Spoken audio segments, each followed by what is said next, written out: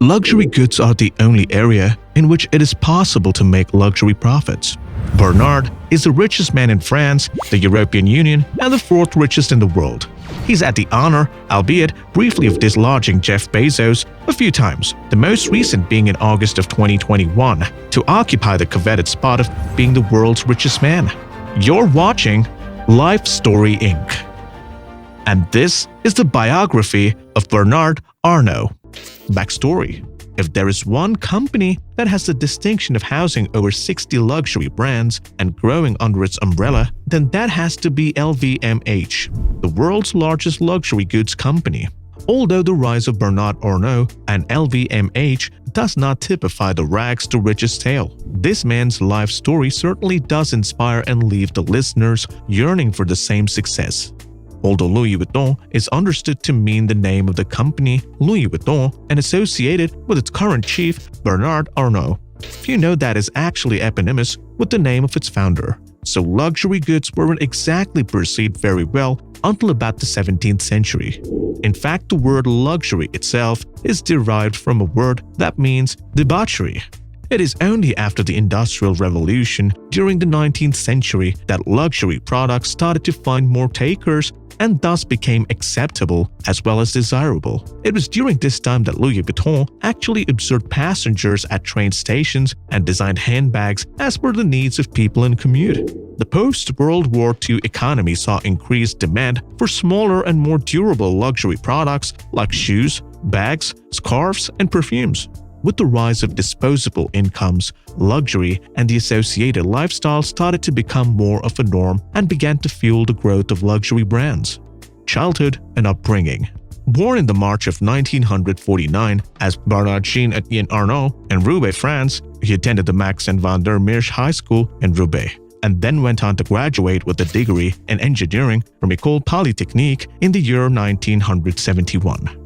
His father owned a civil engineering company, Ferré-Savigny, which Bernard had himself gone on to join as a civil engineer. Although he had initially planned to expand his father's company, in due course he was convinced that the future lay in real estate, and he successfully managed to convince his father to make the switch from the construction towards real estate. Within the company, he grew by leaps and bounds, going to become the director of development in the year 1974. The CEO in 1977, and finally the president in the year 1979. Entrepreneurial journey. In a political turn of events, in the year 1981, the French socialists came in power in France. The business environment not being conducive, he along with his family had relocated to the United States, where he had continued his interests in real estate. He eventually returned to his homeland France in the year 1983, when the French socialists had switched to a relatively conservative economic course. Now this is when the seeds of LVMH were first sown.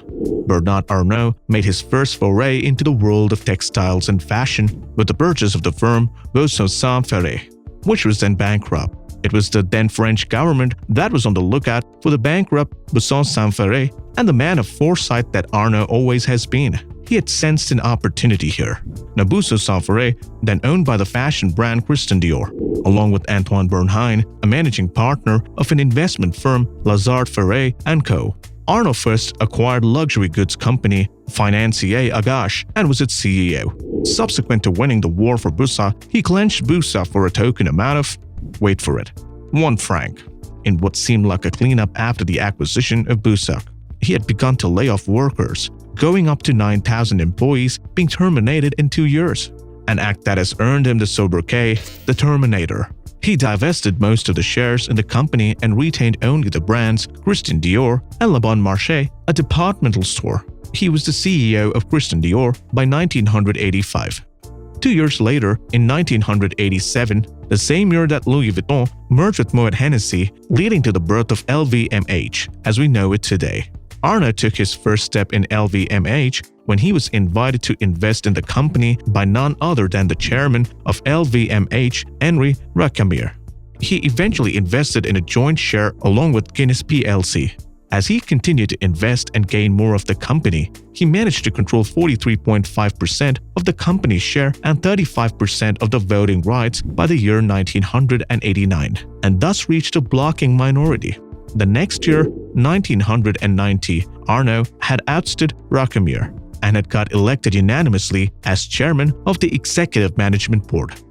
Under Arnaut's stewardship, LVMH was on a growth spree and acquisitions had become the order of the day. Leather luxury goods brand Celine was acquired in July 1988. In the year 1993, another luxury goods brand, Berluti, and fashion brand Kenzo had come into the LVMH fold, along with French economic newspaper La Tribune. The next year, 1994, it was the turn of perfume brand Galerian to be embraced by LVMH. Then it was Spanish luxury fashion house Loewe in 1960, and Marc Jacobs and Sephora in 97. Sounds overwhelming, doesn't it? But it doesn't end here. More brands continue to be integrated into LVMH. British shirt maker Thomas Pink in 1999, Emilia Pucci in the year 2000, fashion houses Fendi and DKNY, and departmental store La Samaritaine in 2001. This spree still continues. On the 17th March in 2011, Arnaut had announced that he had acquired 50.4% of the shares of Italian jeweler Bulgari. And the most recent feathers in the cap being this year itself, 2021, LVMH bought out American jewelry retailer Tiffany & Co., in spite of some earlier hiccups. One must not forget that Bernard Arnault is a versatile man with versatile interests. His investments aren't limited to just 60-odd brands that LVMH owns. To name a few, there is wine producer Chateau Cheval Blanc, internet companies ZBank, Boo.com, and Liberty Surf, besides the more popular Netflix food distribution company Carrefour, and Princess Yachts, which he has bought for a whopping 253 million euros. So to rewind to the beginning, luxury goods are the only area in which it is possible to make luxury profits. Luxury profits also call for some luxurious indulgences, right? Although he graduated in engineering, it is nobody's case that this billionaire does not have a penchant and acumen for art. His taste in brands of luxury revealed it all, but he does express his love for art in a more formal way as a connoisseur. He is an avid collector of works of art, namely paintings. His collection boasts of the works of Yves Klein, Picasso, Andy Warhol, and Henry Moore amongst others. LVMH has also played an important role in patronizing art in France, a country known to have strongly imbibed art in its ethos. LVMH does this mainly through the LVMH Young Fashion Designer, which picks the best minds from fine art schools to help create their own labels, besides providing mentorship.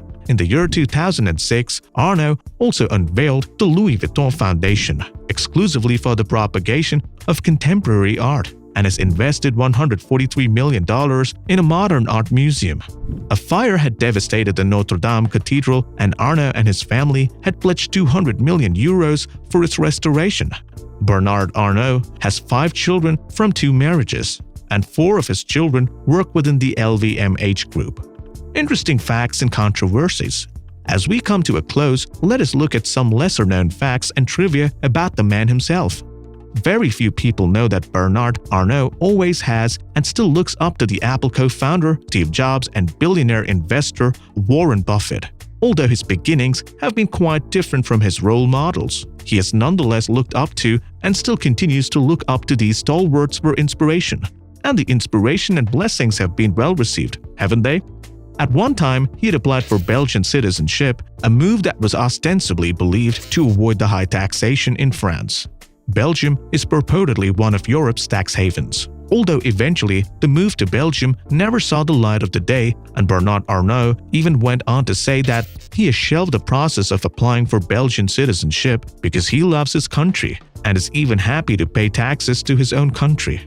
Besides indulging his senses and money in collecting work of art, Bernard Arnault has picked up another rather exquisite indulgence, which actually does not come as a surprise. He actually owns a private island in the Bahamas, an indulgence that has cost him just $35,000 million.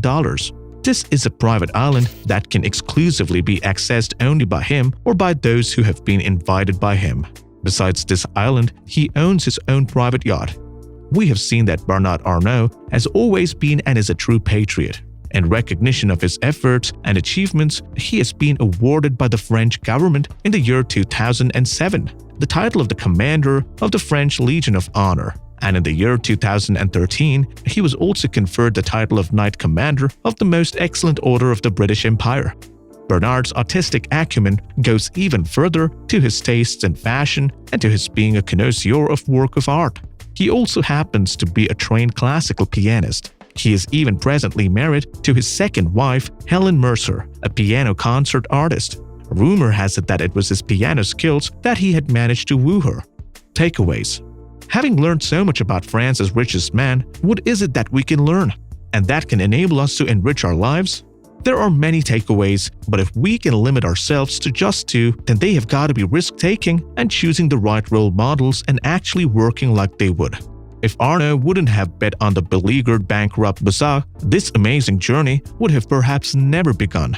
And by choosing to emulate Steve Jobs and Warren Buffett, it would have not been wrong to say that he actually stood on the shoulders of the giants. To put a number on the luxury profits, in the luxury goods industry, the margin can be as high as 70%. Arnaut was not just a risk-taker at the time he bet on Bourse, but also a visionary in the true sense. How did you like this story? Anything that you learned that you feel could perhaps enrich your own life? Do share your thoughts on this in the comment section below. If you enjoyed watching this video, do like it and share it too, so that more and more people may gain from it. And lastly, do subscribe to our channel to know more about entrepreneurs and their life stories. Watch the life stories of other entrepreneurs by clicking the links below.